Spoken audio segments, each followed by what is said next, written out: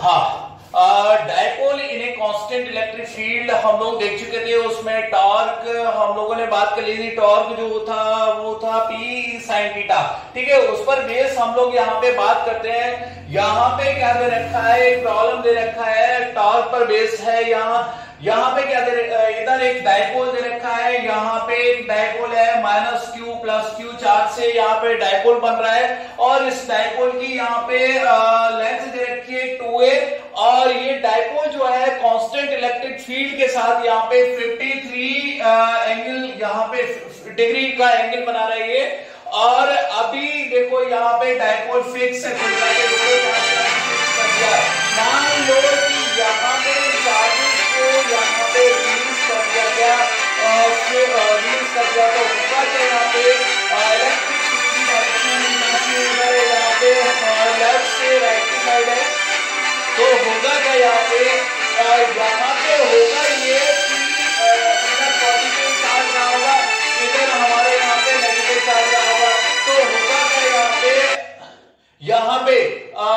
यहाँ पे अब देखो ये क्या करेगा इसमें, यहाँ ये जो डायपोल है वो इस तरह ये इधर अट्रैक्ट हो, इसमें फोर्स सीधा लगेगा, इसमें फोर्स सीधा लगेगा, क्योंकि ये पॉजिटिव चार्ज नेगेटिव चार्ज की तरह अट्रैक्ट होगा। कुल मिला के इस तरह से एंगुलर एसएचएम होगा, और जो एंगुलर एसएचएम होगा उसका आपको क्या निकालना है, यहाँ पे एक्सीलरेशन निकालना है।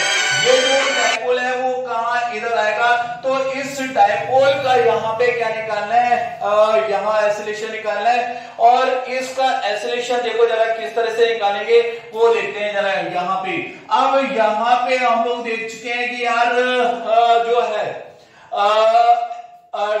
जो हमारा यहाँ पे टॉर्क जो है, टॉर्क हम लोग देख चुके थे पी ई साइन थीटा होता है यहाँ। तो क्या करेंगे, टॉर्क को हम लोग आई अल्फा के बराबर कर देंगे। टॉर्क क्या किया मैंने, आई अल्फा के बराबर किया। अब देखो यहाँ पे क्या करेंगे, टॉर्क जो है टॉर्क पी यहाँ पे P E sine theta, theta की जगह यहाँ पे क्या है एंगल 53 है, तो ये 53 पुट कर दूंगा यहाँ पे पी ई साइन 53, और इसकल टू आई की जगह यहाँ पे क्या है, देखो इस पॉइंट के रेस्पेक्ट में अगर मैं यहाँ पे मूवमेंट ऑफ इसका मूवमेंट ऑफ इनर्शिया लूंगा तो ये होगा एम ए यहाँ पे एम ए स्क्वायर, और इसका इधर इसके लिए क्या हो जाएगा, एक फोर्स सीधा लग रहा होगा, एक फोर्स सीधा लग रहा होगा, तो यहाँ पे इधर एम ए स्क्वायर, कुल मिला के यहाँ कितना हो जाएगा 2 इंटू एम ए स्क्वायर। ठीक है, और यहाँ पे अल्फा मुझे निकालना है, तो क्या होगा यहाँ पे अल्फा को लिख सकता हूं यहाँ पे पी।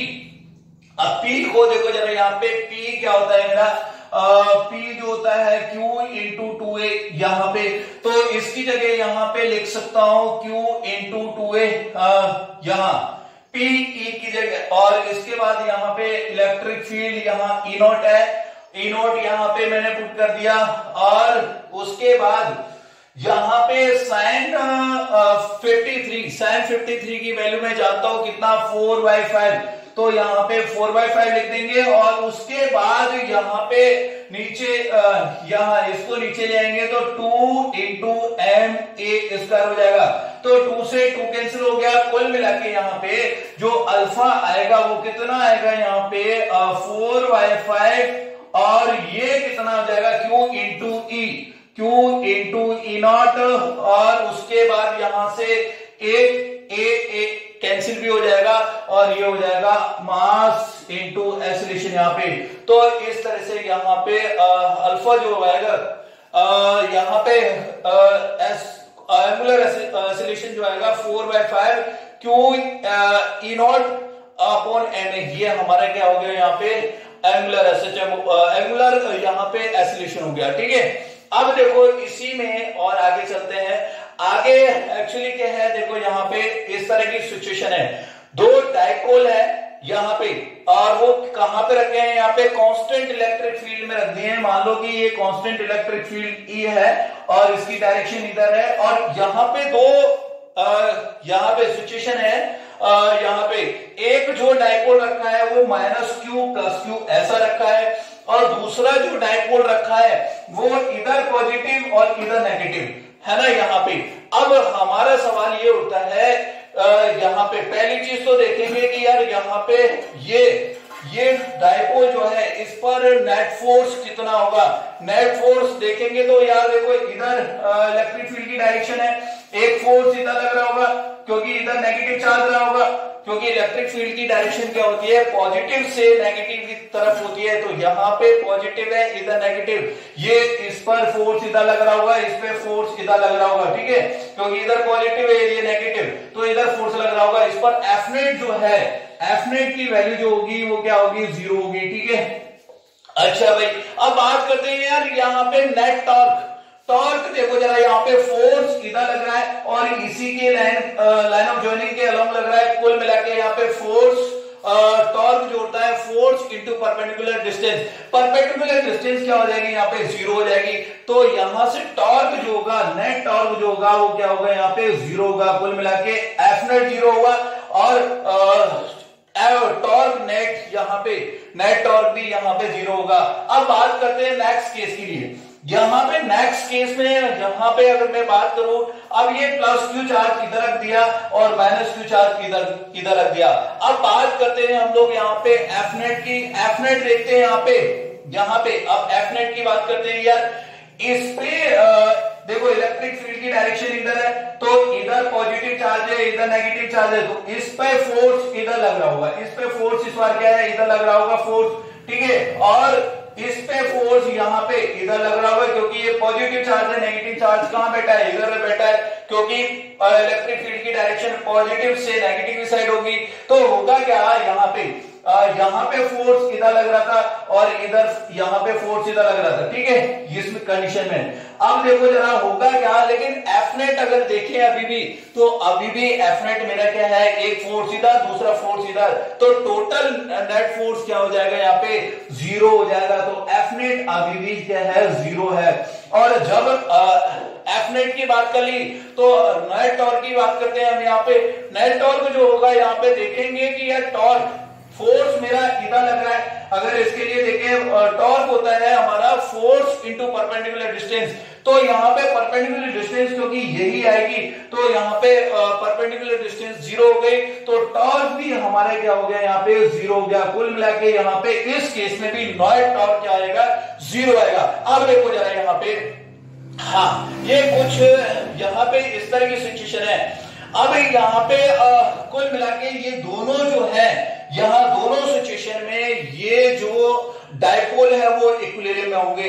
अब इक्विलिब्रियम की अगर बात आती है तो इक्विलिब्रियम में हम लोग देखते हैं कि यार स्टेबल इक्विलिब्रियम है या फिर अनस्टेबल इक्विलिब्रियम है। अब ये देखेंगे कि यार कौन सा स्टेबल इक्विलिब्रियम है, कौन सा अनस्टेबल इक्विलिब्रियम है। तो यहाँ पे देखो दो केसेस, यहाँ पे सेम वही केसेस ये यहाँ पे ले रहा हूं।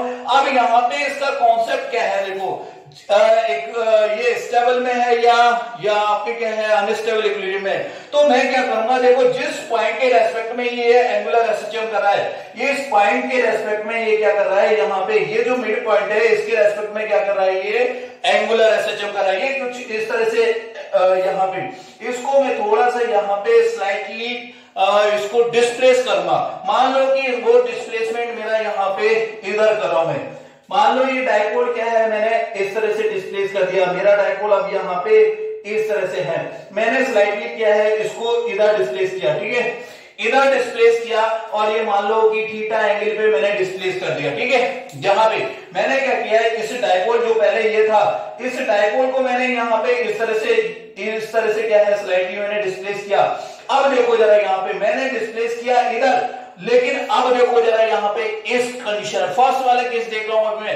फर्स्ट वाले केस में देखो यहाँ पे क्या हो रहा है, अब इस पर फोर्स जो है, अब इस पर फोर्स, अब ये इस तरह से एसएचएम कर रहा होगा इस तरह से। अब होगा क्या, यहाँ पे देखो ये पॉजिटिव चार्ज यहाँ पे और इधर यहाँ पे नेगेटिव चार्ज है। कुल मिला के यहाँ पे ये दोबारा इधर ही डायरेक्शन में आएगा। क्यों? क्योंकि इसमें फोर्स जो है वो कहां लग रहा होगा, एक फोर्स इधर लग रहा होगा यहाँ पे F = QE और दूसरा फोर्स मेरा यहाँ पे लग रहा होगा F = QE। तो कुल मिला के ये जो फोर्स है वो इस डायरेक्शन में लग रहा है, इस डायरेक्शन में लगेगा। तो यहाँ पे इधर हमारा क्या है, यहाँ पे क्योंकि इलेक्ट्रिक फील्ड की डायरेक्शन इधर से इधर है, तो इधर -Q चार्ज है और इधर आपके क्या है, +Q चार्ज है। तो होगा क्या, ये यहाँ पे ये फोर्स इधर लगेगा, ये क्या करेगा अपनी जो ओरिजिनल जो आपकी क्या है सिचुएशन है उसमें आ जाएगा ये दोबारा।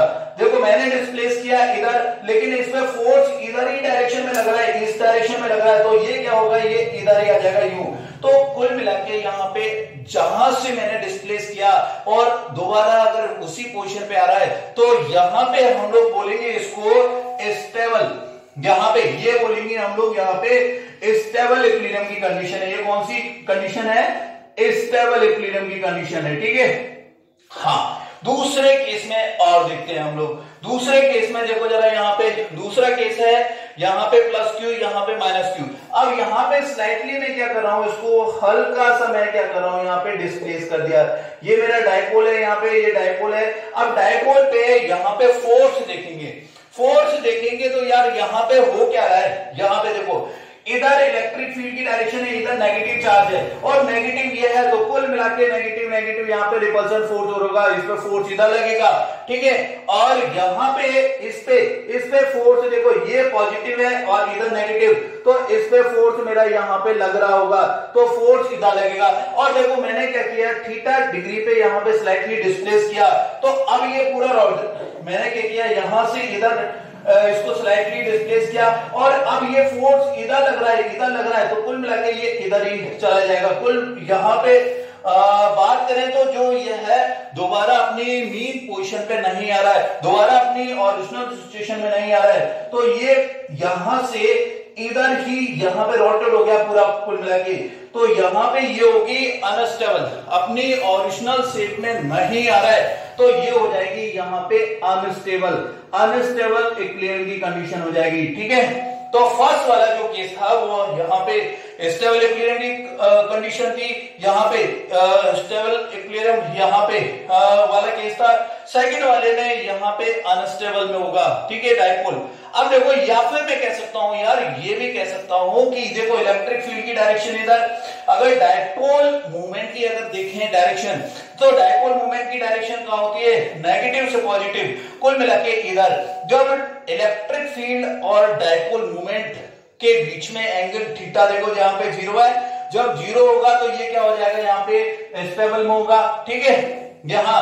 और जब थीटा इक्वल टू यहाँ पे 180 डिग्री होगा, किसके बीच में, इलेक्ट्रिक फील्ड और डायपोल मूवमेंट के बीच में एंगल यहाँ पे 180 डिग्री है, तो उस केस में यहाँ पे क्या होगा, ये यहाँ पे अनस्टेबल इक्विलिब्रियम होगा। तो यहाँ पे ये भी बोल सकते हैं कि इलेक्ट्रिक फील्ड और डायपोल मूवमेंट यहाँ पे के बीच में angle theta equal to 0 degree होगा तो स्टेबल, और 180 डिग्री होगा तो यहाँ पे अनस्टेबल, ठीक है।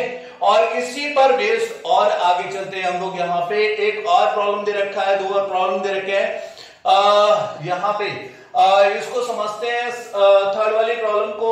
यहाँ पे क्या दे रखा है, एक डायपोल दे रखा है, देख रहे हैं यहाँ पे एक डायपोल दे रखा है जो कांस्टेंट या फिर यूनिफॉर्म इलेक्ट्रिक फील्ड ई में यहाँ पे रखा गया है और ये हॉरिजॉन्टली इस तरह से रखा गया है। इसकी लेंथ आपको दे रखी है, यहाँ पे एल दे रखी है, माइनस क्यू प्लस क्यू से यहाँ पे एक डायपोल बन रहा है। अब मैं क्या कर रहा हूं, इस डायपोल को स्लाइटली क्या कर रहे हैं, यहाँ पे रोटेट करा रहे हैं। स्लाइटली रोटेट का मतलब है यहाँ पे इसको इस तरह से रोटेट करा रहे हैं, यहाँ पे इस तरह से अगर मैंने रोटेट कराया यहाँ पे इस तरह से, अब इसको यहाँ पे इस तरह से रोटेट कराया और उसको रिलीज कर दिया, उसको छोड़ दिया, तो होगा क्या, यहाँ पे इस तरह से देखो, यहाँ पे इलेक्ट्रिक फील्ड की डायरेक्शन इधर है, तो इधर प्लस क्यू चार्ज, इधर माइनस क्यू चार्ज, तो ये प्लस क्यू है तो इधर क्या होगा, इधर दोबारा फोर्स लगेगा यहाँ पे। तो इस तरह से क्या होगा, यहाँ पे अगर देखें तो इधर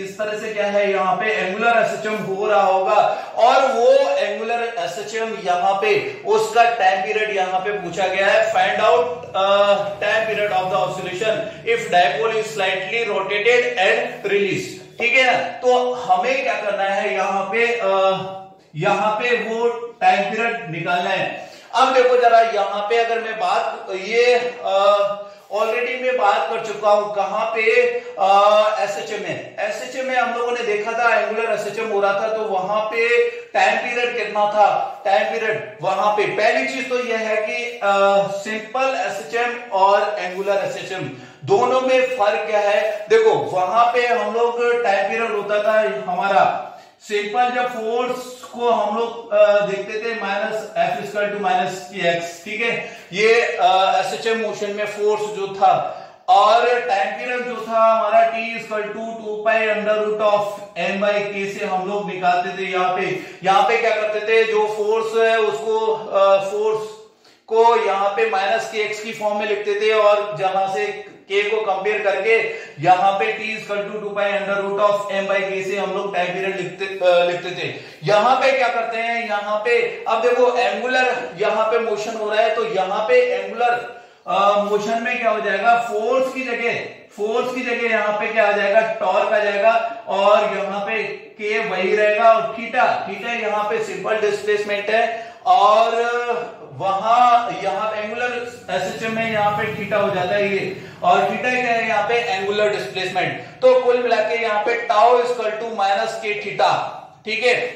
और यहाँ पे टाइम पीरियड जो होगा, ये टाइम पीरियड होगा T equal to 2 pi under root of यहाँ पे आई बाई के, यहाँ पे आई बाई के, ठीक है। आई यहाँ पे मूवमेंट ऑफ इनर्शिया, यहाँ पे मास की मास की जगह जो है वो क्या आ जाएगा, यहाँ पे मूवमेंट ऑफ इनर्शिया आ जाएगा। अब देखो जरा यहाँ पे अगर मैं बात करूं तो यहाँ पे के को कैसे लिख सकते हैं, देखो यहाँ पे के जो टॉर्क यहाँ पे देखेंगे, सबसे पहले यहाँ पे टॉर्क कितना लगेगा, टॉर्क में देख चुका हूं ऑलरेडी, यहाँ पे कैलकुलेट कर सकता हूँ पी ई साइन थीटा। अब देखो यहाँ पे टॉर्क देखेंगे, या टॉर्क जो है, देखो मैंने क्या किया, इसको थीटा डिग्री पे इधर यहाँ पे क्या किया, डिस्प्लेस किया, इसको डिस्प्लेस किया स्लाइटली, और टॉर्क मेरा कहां लग रहा है, थीटा को मैंने यहाँ पे इधर बाहर की साइड मैंने डिस्प्लेस किया, और टॉर्क कहां लग रहा है, अंदर, क्योंकि ये पॉजिटिव चार्ज है, इसमें टॉर्क इधर लगेगा, ठीक है, टॉर्क इधर लगा, तो इस पे यहाँ पे नेगेटिव होगा पहली चीज, तो डिस्प्लेसमेंट के एंगुलर डिस्प्लेसमेंट के अपोजिट डायरेक्शन में लग रहा है, तो यहाँ पे क्या हो जाएगा, नेगेटिव होगा, और उसके बाद यहाँ पे P E sine theta, torque कितना होता है, पी की जगह यहाँ पे क्या लिखूं, पी की जगह यहाँ पे लिखेंगे क्यू इंटू एल, यहाँ पे एल, ठीक है, क्यू इंटू एल, और उसके बाद यहाँ पे पी ई की जगह यहाँ पे ई दे रखा है, और साइन थीटा, ये मेरा क्या हो जाएगा, यहाँ पे टॉर्क हो जाएगा। और यहाँ पे एक चीज और अजम्पशन लेंगे कि यार थीटा जो है वो वेरी स्मॉल है, थीटा जब आपके वेरी स्मॉल है, थीटा इज वेरी स्मॉल होगा, तो क्या होगा यहाँ पे, ये जो यहाँ पे टॉर्क जो हो जाएगा वो हो जाएगा माइनस क्यू एल ई, और ये इसकी जगह यहाँ पे ओनली थीटा हो जाएगा। तो कुल मिला के यहाँ से कंपेयर करें इससे, तो ये चीज क्या निकल के आएगी, यहाँ पे के आ जाएगा, और जब के आ गया, और क्या चाहिए मुझे, आई चाहिए। आई अगर इस पॉइंट के रेस्पेक्ट में यहाँ पे मैं मोमेंट ऑफ इनर्शिया लूंगा, तो ये क्या हो जाएगा, यहाँ पे एम इंटू एल बाई 2 का होल स्क्वायर, और इधर इस यहाँ पे एक फोर्स इधर लग रहा होगा, तो एम इंटू एल बाई 2 का, ये हाफ डिस्टेंस है तो एल बाई 2 हो जाएगा। तो यहाँ पे आई की बात करें तो आई जो हो जाएगा 2 इंटू यहाँ पे एम और एल बाई 2 का होल स्क्वायर। तो अब इसमें फॉर्मूले में पुट कर देंगे, यहाँ पे टॉर्क जो होगा, टॉर्क यहाँ पे टाइम पीरियड जो होगा वो क्या हो जाएगा, T equal to 2 pi under root of I कितना है हमारा, 2 इंटू एम एल बाई 2 का होल स्क्वायर, ठीक है, ये हो जाएगा अपॉन यहाँ पे के को हमने क्या निकाला है, यहाँ पे के मेरा क्या है, यहाँ क्यू एल और ई, ये हमारा यहाँ पे टाइम पीरियड हो गया, ये हमारा क्या हो गया, यहाँ पे टाइम पीरियड हो गया, ठीक है।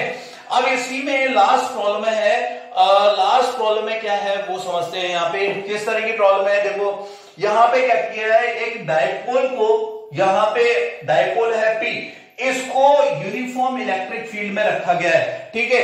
अभी ये क्या है, डायपोल 4 डिग्री यहाँ पे एंगल बना रहा है, और अभी ये इसकी एक्सट्रीम पोजीशन पे है। किस पोजीशन पे है? एक्सट्रीम पोजीशन पे है, ठीक है।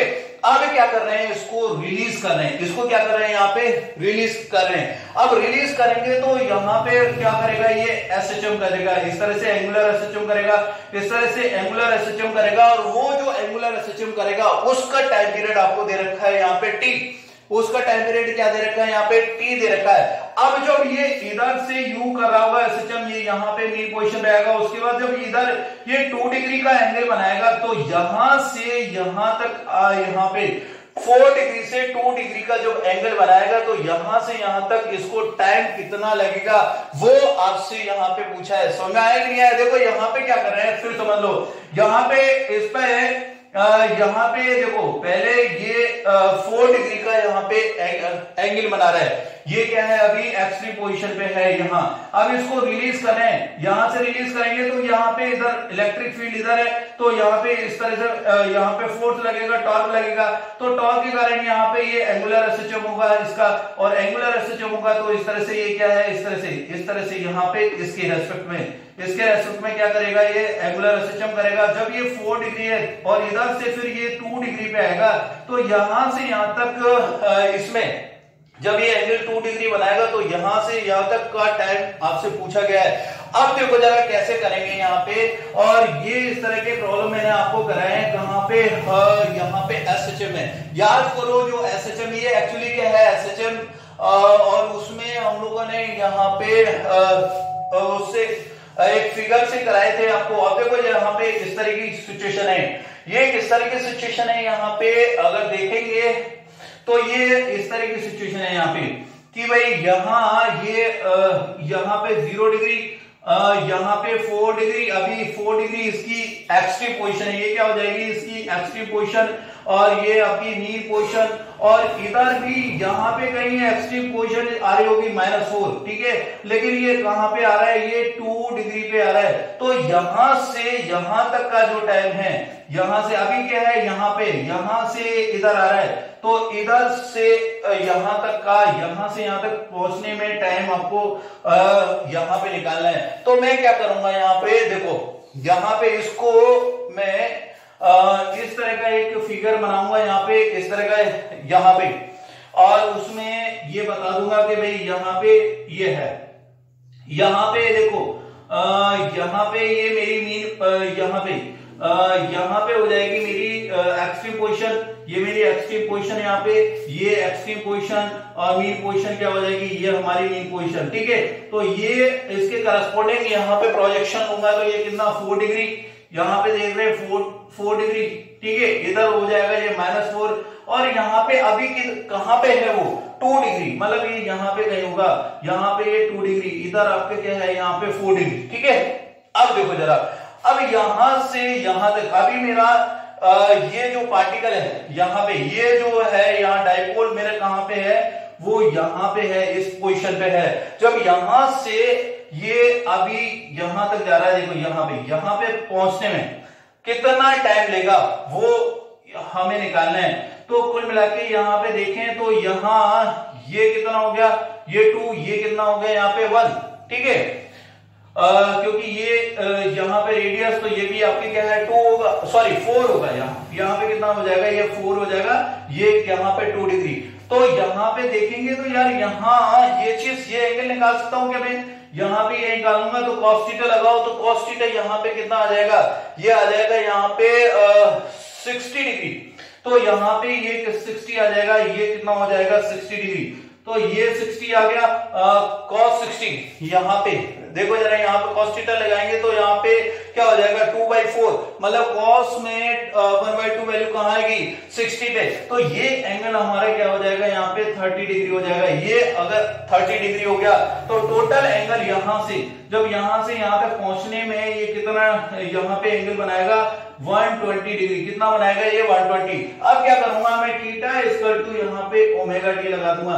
क्या लगाऊंगा, theta equal to omega T, और यहाँ पे ओमेगा को लिख दूंगा यहाँ पे 2π/T इंटू टी, और थीटा मेरा यहाँ पे कितना है, ये है यहाँ पे 120 को रेडियन में कन्वर्ट करेंगे 2π/3, क्या लिखेंगे 2π/3, यहाँ पे 2π/3 हो जाएगा ये, और यहाँ पे क्या होगा 2π से 2π कैंसिल हो गया, t इक्वल टू यहाँ पे कैपिटल T/3 मेरा क्या हो गया यहाँ पे ये टाइम आ गया। तो टाइम कितना लगेगा यहाँ पे कैपिटल T/3, ये कैपिटल T हमको दे रखा है यहाँ पे टोटल, यहाँ पे टाइम पीरियड दे रखा है कितना यहाँ पे ये है कैपिटल T/3, तो यहां से यहां तक आने में इसको टाइम लगेगा कैपिटल T/3, ठीक है। जब ये एंगल यहाँ पे 4 से और इधर 2 डिग्री जब बनाएगा तो यहाँ पे टोटल टाइम लगेगा इसको कैपिटल T/3। तो इस तरह से यहाँ इस तरह की हम लोग प्रॉब्लम कर सकते हैं इजीली, ठीक है। डायपोल को कांस्टेंट इलेक्ट्रिक फील्ड में हम लोग रख चुके हैं, और जब ये डायपोल को कांस्टेंट इलेक्ट्रिक फील्ड में रखेंगे, यूनिफॉर्म इलेक्ट्रिक फील्ड में रखेंगे, तो उस केस में डायपोल की पोटेंशियल एनर्जी क्या होगी वो यहाँ पे कैलकुलेट करना है। तो अब देखो जरा, मैंने क्या किया, एक यूनिफॉर्म इलेक्ट्रिक फील्ड है ये, और इस यूनिफॉर्म इलेक्ट्रिक फील्ड में एक पी जो डायपोल है यहाँ पे जिसकी डायरेक्शन इधर से इधर है, तो अब देखो जरा यहाँ पे रखा गया है, इनिशियल में हम लोग θ1 एंगल पे रख रहे हैं इसको, ठीक है। ये यहाँ से इलेक्ट्रिक फील्ड के साथ एंगल बना रहा है θ1, ठीक है। और उसके बाद यहाँ पे मैं क्या कर रहा हूँ θ2 पे, उसके बाद मैं क्या कर रहा हूँ यहाँ पे θ2 पे इसको रख रहा हूँ θ2 पे, तो यहाँ पे एक बार यहाँ θ1 पे रखा, दूसरी बार यहाँ पे θ2 पे रख रहा हूँ, ठीक है। तो होगा यहाँ पे चेंज इन पोटेंशियल एनर्जी होगी, और चेंज इन पोटेंशियल एनर्जी, अब देखो जरा मैंने क्या किया था वहां पे, याद करो, इससे पहले मैंने पोटेंशियल एनर्जी निकाल चुका हूं मैं, पोटेंशियल एनर्जी स्प्रिंग के केस में निकाली थी ½ kx², और हम लोगों ने इससे पहले यहाँ पे पोटेंशियल एनर्जी निकाली थी इलेक्ट्रोस्टैटिक पोटेंशियल एनर्जी -kq1q2/r, ठीक है। तो वहां पे कैसे निकाली थी मैंने, वहां पे मैंने लिखा था कि भाई u initial minus u final, यहाँ पे चेंज इन पोटेंशियल एनर्जी किसके बराबर होगी, यहाँ पे work done by conservative force, और work done by conservative force को कैसे लिखा था यहाँ पे लिखा था मैंने फोर्स इनटू यहाँ पे dx, इंटीग्रेशन f.dx, ठीक है। तो वहां पे फोर्स मैंने क्या पुट किया था, kq1q2/r², और ये dx वहां पे ट्रांसलेशनल डिस्प्लेसमेंट था, ठीक है। अब लेकिन यहाँ पे क्या हो रहा है वो देखो, यहाँ पे फोर्स की जगह यहाँ पे टॉर्क लगेगा।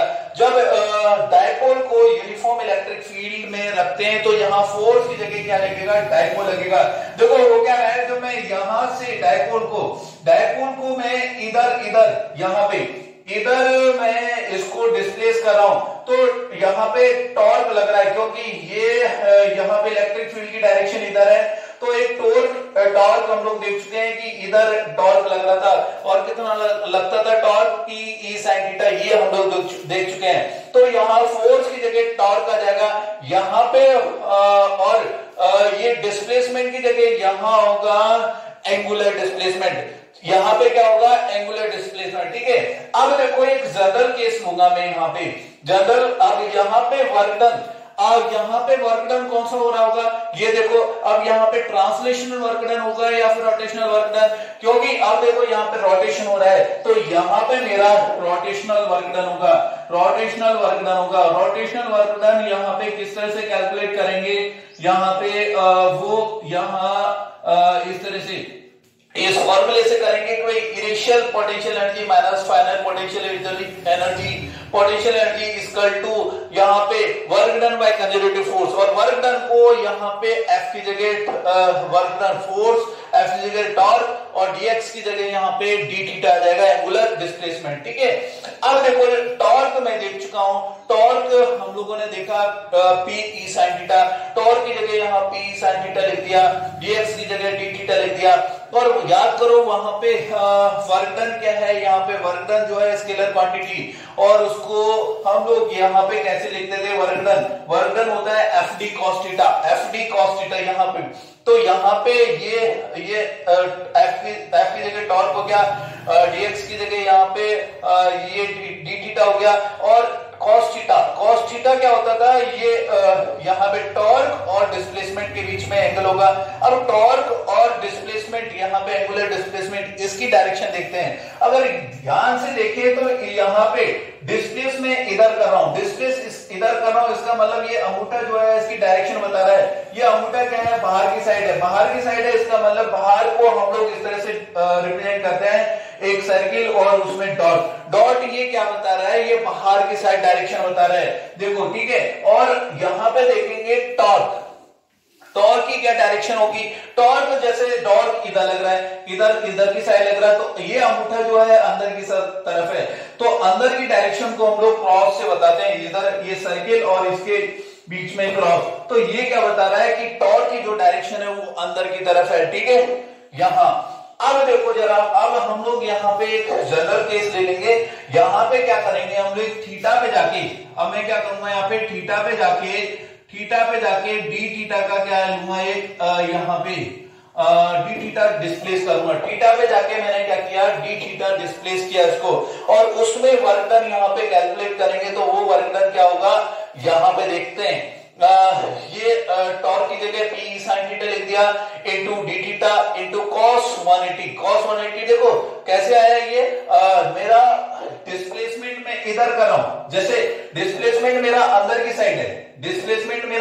साइड है, और टॉर्क यहाँ डिस्प्लेसमेंट जो है देखेंगे तो बाहर है, सॉरी डिस्प्लेसमेंट की डायरेक्शन बाहर है, और टॉर्क जो है मेरा अंदर की साइड है, तो यहाँ पे एक बाहर एक दूसरा अंदर, कुल मिला के यहाँ पे एंगल कितना हो जाएगा, 180 डिग्री हो जाएगा।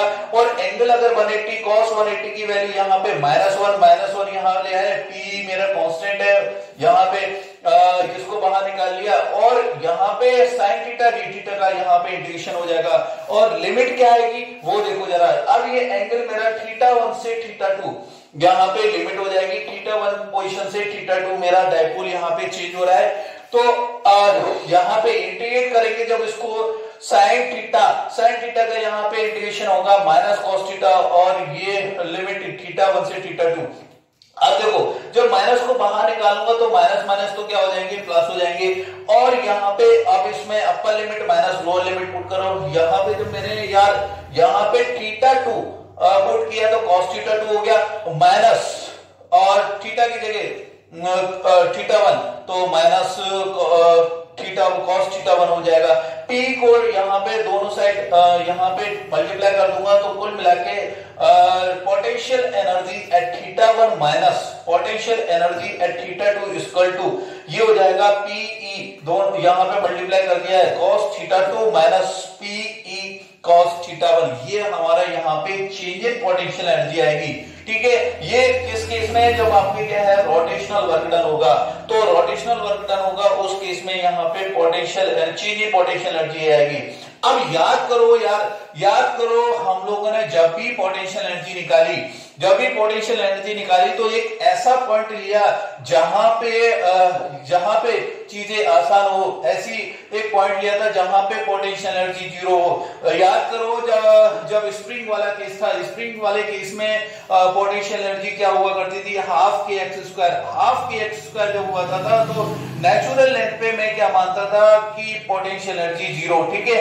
और इसी तरह अगर याद करो potential energy, electrostatic potential energy जब निकाली थी मैंने, तो वहां पे पोटेंशियल एनर्जी क्या आ रही थी, माइनस के Q1 Q2 बाय R आ रही थी। तो वहां पे हम लोग इन्फिनाइट पे वो कब आ रही थी, जब इन्फिनाइट पे पोटेंशियल एनर्जी 0, तो एक ऐसा जंक्शन लेता था मैं, है ना, एक ऐसा पॉइंट ले लेता था जहां पे चीजें आसान हो। और उसी तरह यहाँ पे भी अगर पोटेंशियल एनर्जी में निकालूंगा तो यहाँ पे एक ऐसा पॉइंट लूंगा जहां पे चीजें आसान होती हो, ऐसा पॉइंट लूंगा जहां पे पोटेंशियल एनर्जी 0 होती है।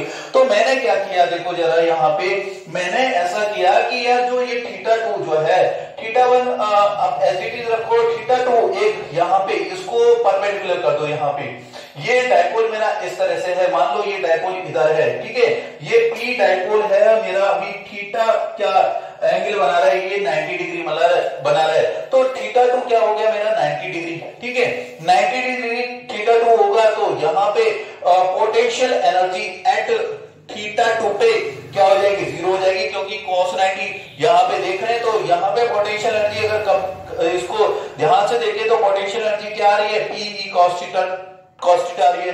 तो cos थीटा की जगह 90 पुट करूंगा तो potential energy at theta two क्या हो जाएगी, जीरो हो जाएगी, ठीक है।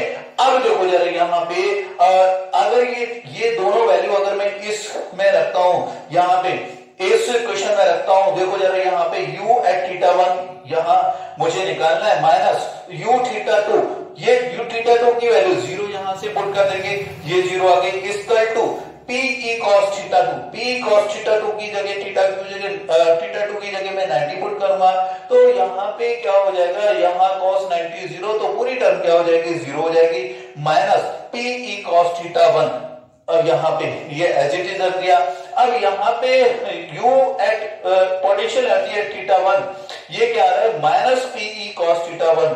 तो एक जनरल केस ले लेता हूं मैं यहाँ पे कि भाई मान लो कि ऐसा है कि ये कांस्टेंट इलेक्ट्रिक फील्ड है, उसमें एक डायपोल को रखा है और ये डायपोल थीटा एंगल पे इंक्लाइंड है, तो अब इसकी पोटेंशियल एनर्जी क्या होगी, तो यहां से अगर देखें तो इसकी पोटेंशियल एनर्जी क्या हो जाएगी, minus P E cos theta one, ठीक है। कंपेयर किया यहाँ पे, यहां से निकल गया you potential energy S theta angle, तो क्या होगी ये माइनस पीई cos थीटा। अब देखो यहाँ पे एक चीज ये कि यार यहाँ पे देखो पोटेंशियल ये यहाँ पे डायपोल जो है वेक्टर क्वांटिटी है, इलेक्ट्रिक फील्ड यहाँ पे वेक्टर क्वांटिटी है, और दो वेक्टर के साथ यहाँ पे cos थीटा आ रहा है, तो इसका मतलब ये दो वेक्टर क्वांटिटी का यहाँ पे डॉट प्रोडक्ट रहा होगा, तभी तो यहाँ पे cos थीटा आ रहा है। तो इसको इस तरह से भी लिख सकता हूँ, p वेक्टर डॉट यहाँ पे e वेक्टर, ठीक है। तो इसको डॉट प्रोडक्ट आएंगे तो क्या हो जाएगा, p e cos थीटा हो जाएगा,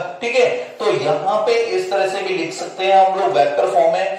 पोटेंशियल एनर्जी स्केलर क्वांटिटी है, ठीक है, स्केलर क्वांटिटी, तो potential energy theta at theta angle equal to minus P vector dot E vector. इसी तरह से भी हम लोग इसको लिख सकते हैं, ठीक है, रिप्रेजेंट कर सकते हैं। अब देखो हाँ, इसके बाद इस पर बेस्ड प्रॉब्लम देखते हैं। यहाँ पे प्रॉब्लम दे रखी है, फर्स्ट वाली प्रॉब्लम पर बात करते हैं। यहाँ पे फर्स्ट प्रॉब्लम देखते हैं।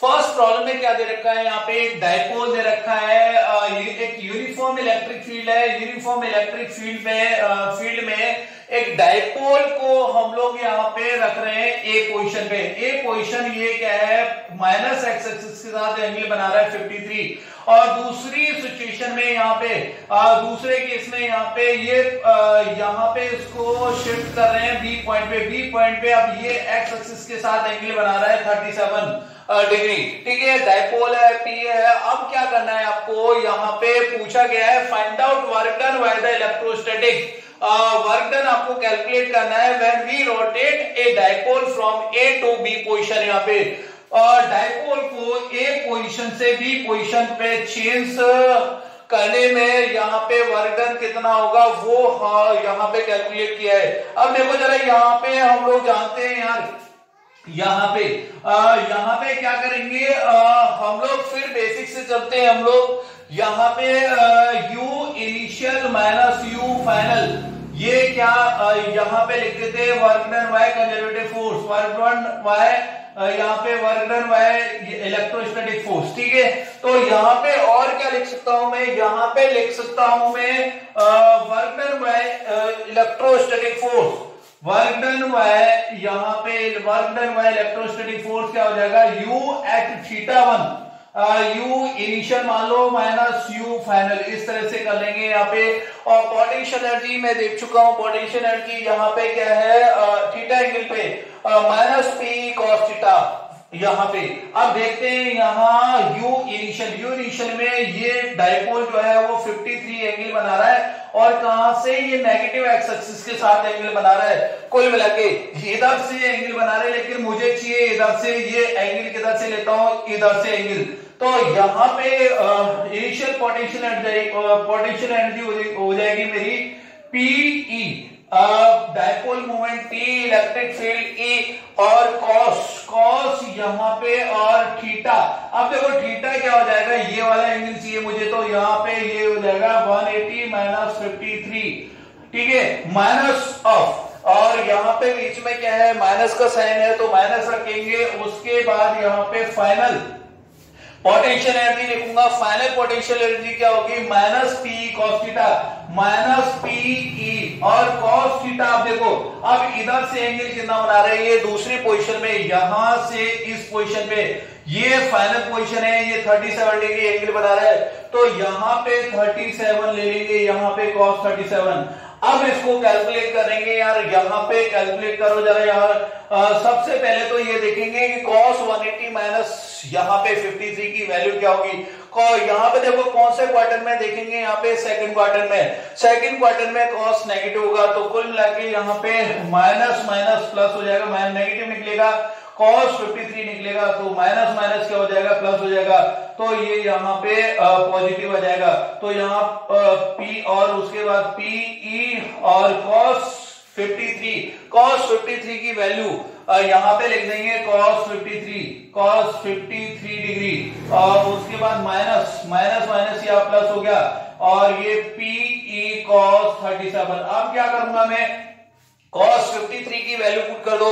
cos 53 की वैल्यू अगर यहां अगर पुट करेंगे, cos 53 की वैल्यू आएगी 3/5 और cos 37 की वैल्यू यहां पे 4/5 आएगी। कितनी आएगी, 4/5, ठीक है।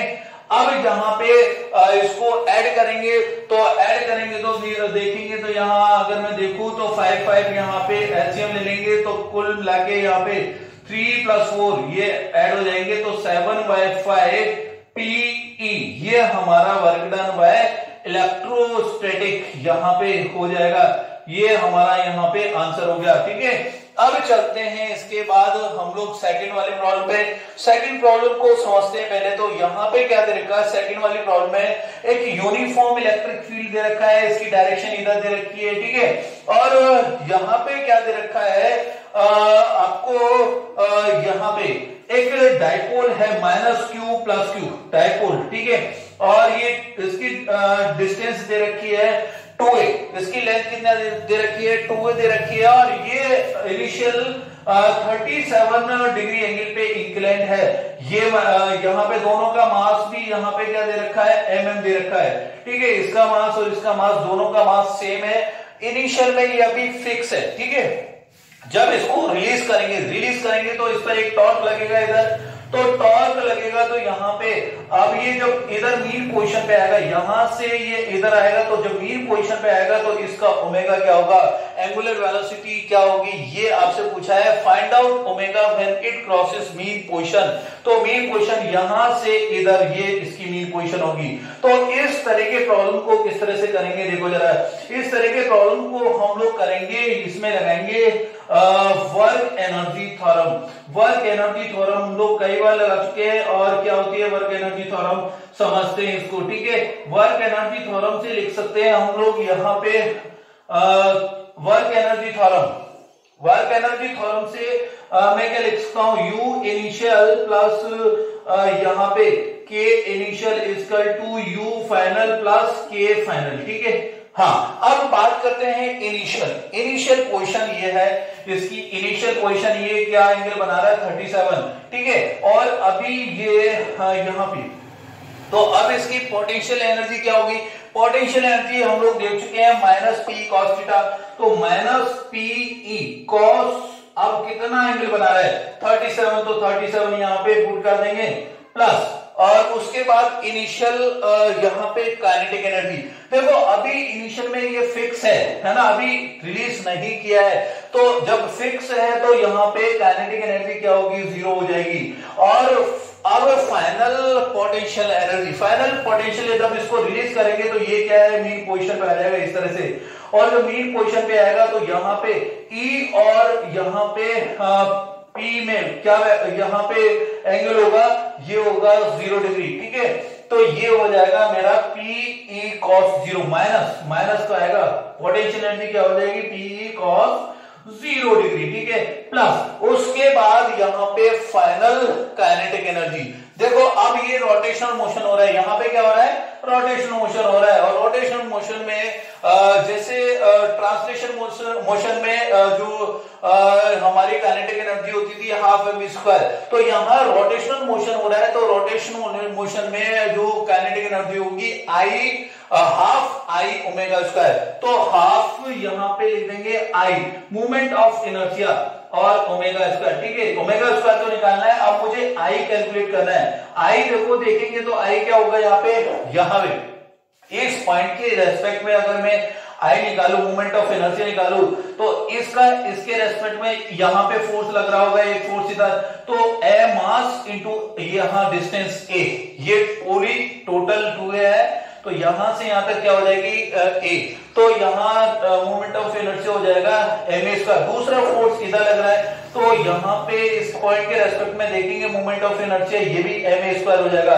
तो कुल मिला के 2 इंटू एम ए स्क्वायर हो जाएगा, 2 इंटू एम ए स्क्वायर, ये हमारा क्या हो गया यहाँ पे मूवमेंट ऑफ इनर्शिया हो गया, ठीक है। अब मुझे ओमेगा लिखना है, ओमेगा स्क्वायर, तो ये आई हो गया यहाँ पे, ये क्या हो गया यहाँ पे आई हो गया, और ये हमारा यहाँ पे ओमेगा स्क्वायर हो गया, हाफ ओमेगा स्क्वायर, ठीक है। ये हमारा क्या होता है kinetic energy in rotational motion, ठीक। अब देखो जरा यहाँ पे cos 37 की वैल्यू पुट करते हैं, Pe cos 37 की वैल्यू आपके यहाँ पे 4/5 आएगी, और उसके बाद यहाँ पे इधर Pe यहाँ पे माइनस और cos 0 की वैल्यू 1, तो यहाँ पे प्लस यहाँ पे 1 आ जाएगा, और इधर हाफ 2 से 2 यहाँ पे कैंसिल कर रहा हूं, और M A square omega square, ठीक है, ओमेगा स्क्वायर। अब ओमेगा स्क्वायर की मुझे वैल्यू निकालनी है,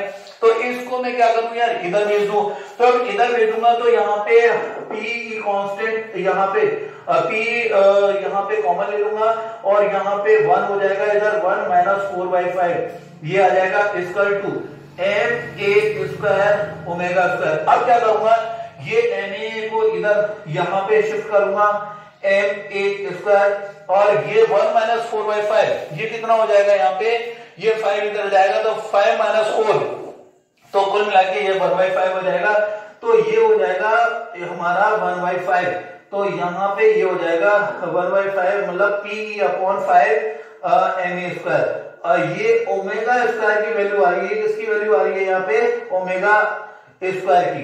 अब ओमेगा क्या होगा यहाँ पे, तो ये यहाँ पे रूट हो जाएगा, तो अगर मैं लिखूं यहाँ पे omega equal to omega square equal to Pe upon M A square आ जाएगा, P upon under root of, तो फाइनली ये हो जाएगा Pe upon 5 M A square, ये हमारा यहाँ पे ओमेगा हो गया।